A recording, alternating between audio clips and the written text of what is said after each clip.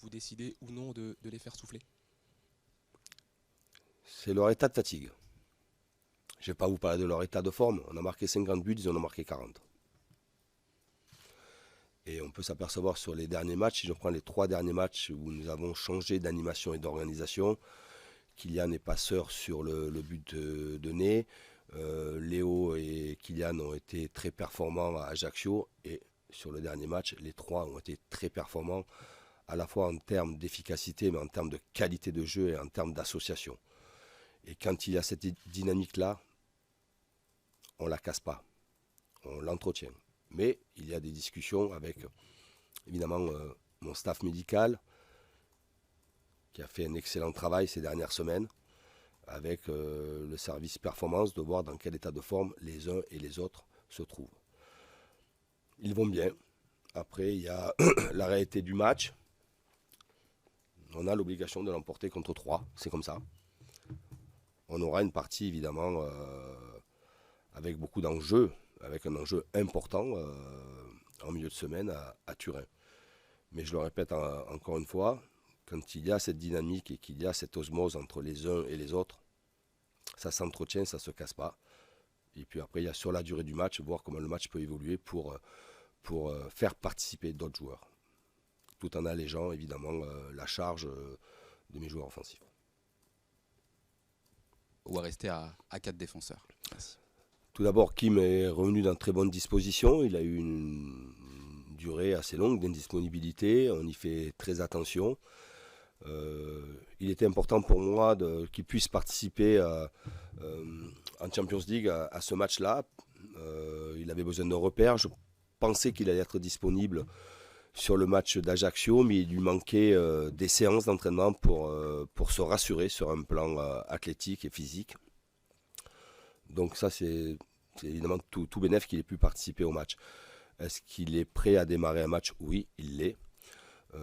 Et concernant le système, évidemment que la présence de mes défenseurs centraux mène aussi à la réflexion de savoir si on retrouve une ligne de 5, mais sûrement pas la même animation au milieu.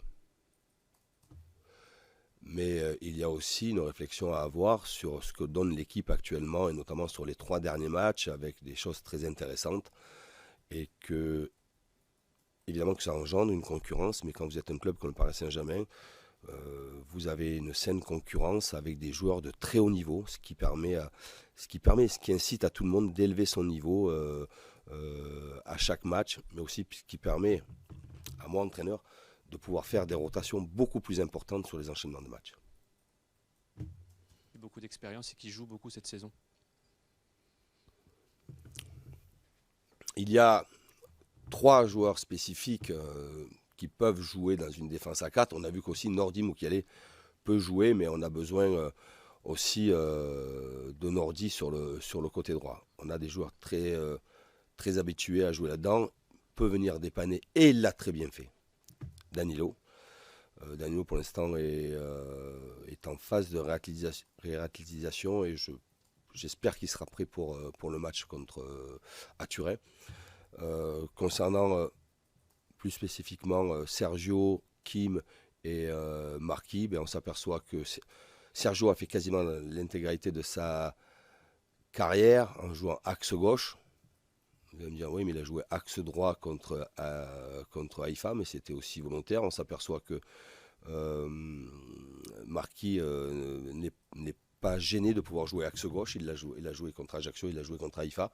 Et qu'il y a Kim qui est un spécifique gaucher et qui a évidemment une valeur ajoutée là-dedans dans la façon de construire le jeu très bas, évidemment. Mais les trois joueurs sont des joueurs de très haut niveau, ce sont des internationaux.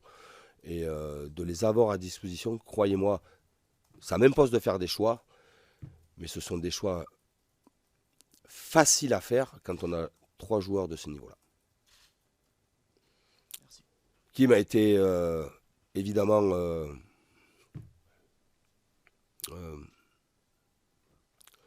inquiet quand il a eu sa blessure. C'est une blessure assez importante, qui a quasiment 6 semaines et demie ou 7 semaines d'arrêt. Et autant sur les 10 premiers jours, c'était difficile pour lui sur un plan mental. Et au fur et à mesure qu'il ait pu commencer à retravailler de manière individuelle, spécifique à l'intérieur, et dès qu'il est revenu sur le terrain pour commencer à retravailler la course, j'ai vu un Kim qui est très concentré, très motivé, être à l'écoute de son corps aussi pour ne pas brûler les étapes. Et Dieu sait qu'à ce moment-là, nous avions des absents. Moi, j'ai observé, j'ai très peu parlé. Je ne suis pas l'entraîneur qui met la pression sur mon staff médical ou sur mon joueur blessé pour qu'il revienne le plus vite possible. Je pense que c'est une grosse erreur. Il faut aussi beaucoup échanger avec le joueur. Et j'ai échangé à un certain moment, savoir à partir de quand il allait se sentir disponible. Et il m'a expliqué qu'il avait besoin de séances collectives. Et dans ce sens-là, on a été très à l'écoute. C'est un joueur important, Kim, au Paris Saint-Germain. C'est le seul gaucher disponible comme défenseur central. Évidemment qu'il va jouer. Est-ce qu'il va jouer dans une défense à 4 ou une défense à 3? Ça, on verra bien. Mais je le répète, et ça rejoint un peu la question précédente. 3 joueurs de très haut niveau, 3 internationaux. Et j'espère que ces 3 iront à la Coupe du Monde.